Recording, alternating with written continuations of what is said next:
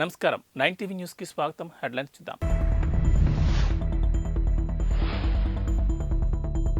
Secunderabad alpha hotel కు bomb బెదిరింపు.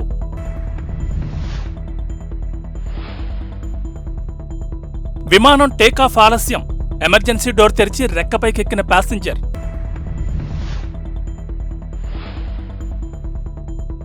AP ఉద్యోగార్థులకు ఓ good news. త్వరలో డిఎస్సి నోటిఫికేషన్ ఇచ్చేందుకు సిద్ధమవుతున్న ఏపీ ప్రభుత్వం.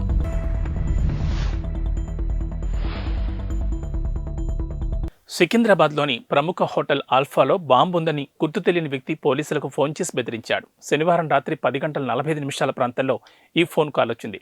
ఈ ఫోన్ కాల్తో అప్రమత్తమైన పోలీసులు వెంటనే ఆల్ఫా హోటల్కు చేరుకున్నారు. కస్టమర్లను, సిబ్బందిని బయటికి పంపించి తనిఖీలు చేపట్టారు.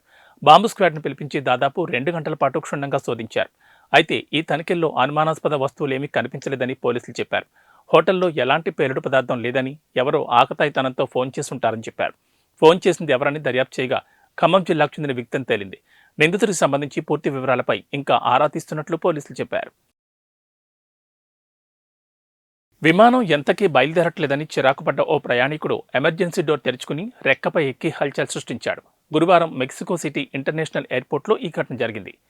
ఏరో మెక్సికోకు చెందిన AM 672 విమానం గురువారం ఉదయం 8:42 గ్వాటమాలాకు బయలుదేరాల్సి ఉంది. అయితే కొన్ని కారణాల వల్ల విమానం 4 గంటల పాటు ఆలస్యంగా బయలుదేరాల్సి వచ్చింది. ఈలోపు ప్రయాణికుల్లో ఒకరు తీవ్ర అసహనానికి గురయ్యారు. చివరికి విమానం ఎమర్జెన్సీ డోర్ తెరుచుకుని రెక్కపైకి ఎక్కేశాడు. ఇది చూసి కంగుతిన్న సిబ్బంది వెంటనే తేరుకుని అతన్ని అదుపులోకి తీసుకున్నారు. ఆ తర్వాత స్థానిక పోలీసులకు అప్పగించారు. ఏపీ ఉద్యోగార్థులకు ఓ గుడ్ న్యూస్. త్వరలో డిఎస్సి నోటిఫికేషన్ ఇచ్చేందుకు సిద్ధమవుతోంది ఏపీ ప్రభుత్వం. టెట్ పరీక్ష నిర్వహించేందుకు సన్నాహాలు ప్రారంభించింది. ఈ మేరకు విద్యాశాఖ మార్గదర్శకాలు జారీ చేసింది. 2022-23 సంవత్సరాల్లో డిఈడి, బీఈడి పూర్తి చేసిన వారికి కూడా డిఎస్సి నోటిఫికేషన్లో అవకాశం కల్పించిందని తెలుస్తోంది. ఏపీలో 2022లో చివరిసారిగా డిఎస్సి నోటిఫికేషన్ విడుదల చేశారు. అప్పట్లో 4.5 లక్షల మంది పరీక్షకు హాజరు కాగా దాదాపు 2 లక్షల మంది అర్హత సాధించారు. ఈసారి అభ్యర్థుల సంఖ్య 5 లక్షలు దాటొచ్చన్న అంచనాలున్నాయి. నిబంధనల్లో స్వల్ప సడలింపు. ఈసారి ఎక్కువ మంది అభ్యర్థులు పరీక్షకు హాజరయ్యేలా టెట్ నిబంధనల్లో స్వల్ప మార్పులు చేసింది. SC, ST, BC, దివ్యాంగ అభ్యర్థులు టెట్ పేపర్ 2 రాసేందుకు గతంలో డిగ్రీలో 50% మార్కులు కనీస అర్హతగా నిర్ణయించారు. అయితే ఈసారి మార్కులను 40% తగ్గిస్తూ సడలింపించారు. టీడీపీ అధినేత చంద్రబాబుపై కేసీఆర్ నాని మరోసారి విమర్శలు ఎక్కుపెట్టారు. బాబు విజయవాడ నుంచి పోటీ చేసినా గెలవరని చెప్పారు. చంద్రబాబుపై తాను 3 లక్షల మెజార్టీతో గెలుస్తానని ప్రకటించారు. నందిగామ వైసీపీ ఆత్మీయ సమ్మేళనంలో పాల్గొన్న ఆయన ఈ మేరకు సంచలన వ్యాఖ్యలు చేశారు. తనను పార్టీలోంచి మెడపట్టుకుని బయటకు గెంటేశారని అన్నారు. తాను ఢిల్లీ స్థాయి వ్యక్తినన్న కేసీఆర్ నాని ఎన్నికల్లో ఓడిపోయిన లోకేష్ స్థాయి ఎంత అని మండిపడ్డారు. భారత టెన్నిస్ రంగంలో ఇవాళ సంబరాలు మిన్నంటున్నాయి. సీనియర్ ఆటగాడు రోహన్ బోపన్న ఆస్ట్రేలియన్ ఓపెన్లో డబుల్స్ విజేతగా నిలవడమే అందుకు కారణం. 43 ఏళ్ల వయసులో ఓ గ్రాండ్ స్లామ్ టోర్నీలో విజేతగా నిలవడం మామూలు విషయం కాదు. మాథ్యూ ఎబ్డిన్తో కలిసి ఇవాళ ఆ ఘనకార్యాన్ని సాకారం చేసిన రోహన్ బోపన్న ఆస్ట్రేలియన్ ఓపెన్లో పురుషుల డబుల్స్ విభాగం టైటిల్ కైవసం చేసుకున్నాడు. ఈ నేపథ్యంలో రోహన్ బోపన్నపై ప్రశంసల వర్షం కురుస్తోంది.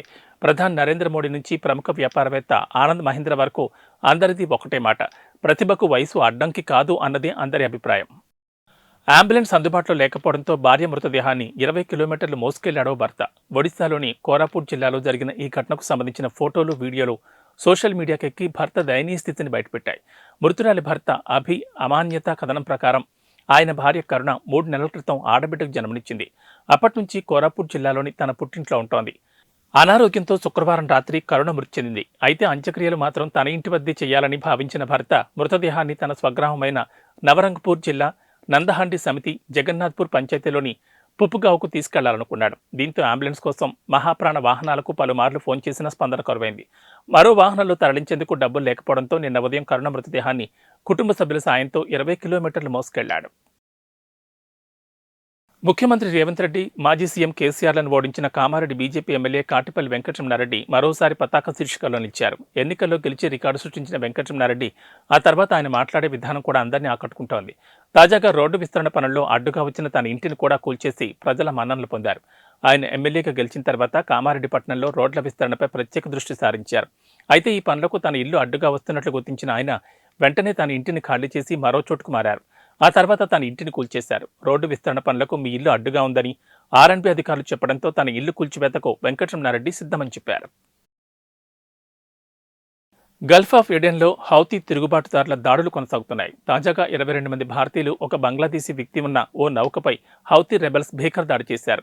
ఎంవి మార్లిన్ లువాండా అనే ఈ వాణిజ్య నౌకపై హౌతీ తిరుగుబాటుదారులు యాంటీషిప్ మిసైల్ను ప్రయోగించారు. క్షిపణి దాడితో దెబ్బతిన్న వాణిజ్య నౌక సముద్రంలో నిలిచిపోయింది.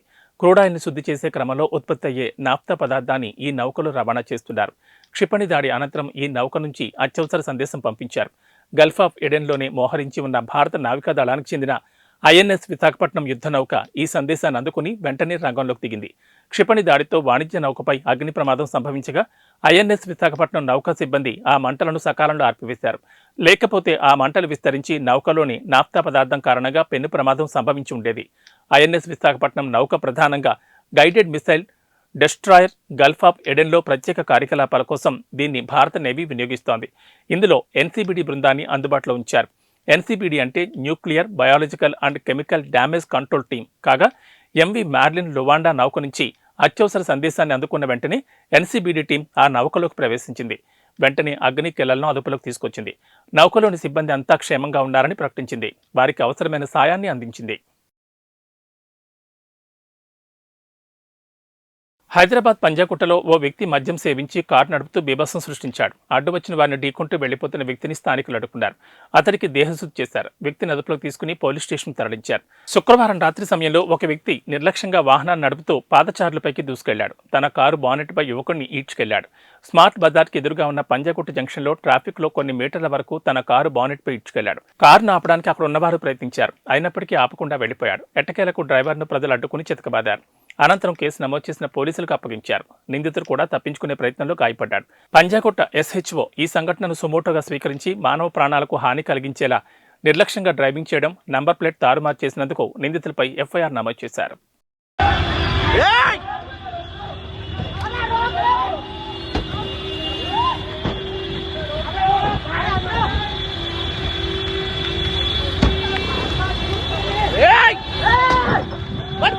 కేంద్ర హోంశాఖ మంత్రి అమిత్ షా తెలంగాణ పర్యటన రద్దయింది. ఈ విషయాన్ని కేంద్ర మంత్రి బీజేపీ తెలంగాణ రాష్ట్ర అధ్యక్షుడు కిషన్ రెడ్డి తెలిపారు.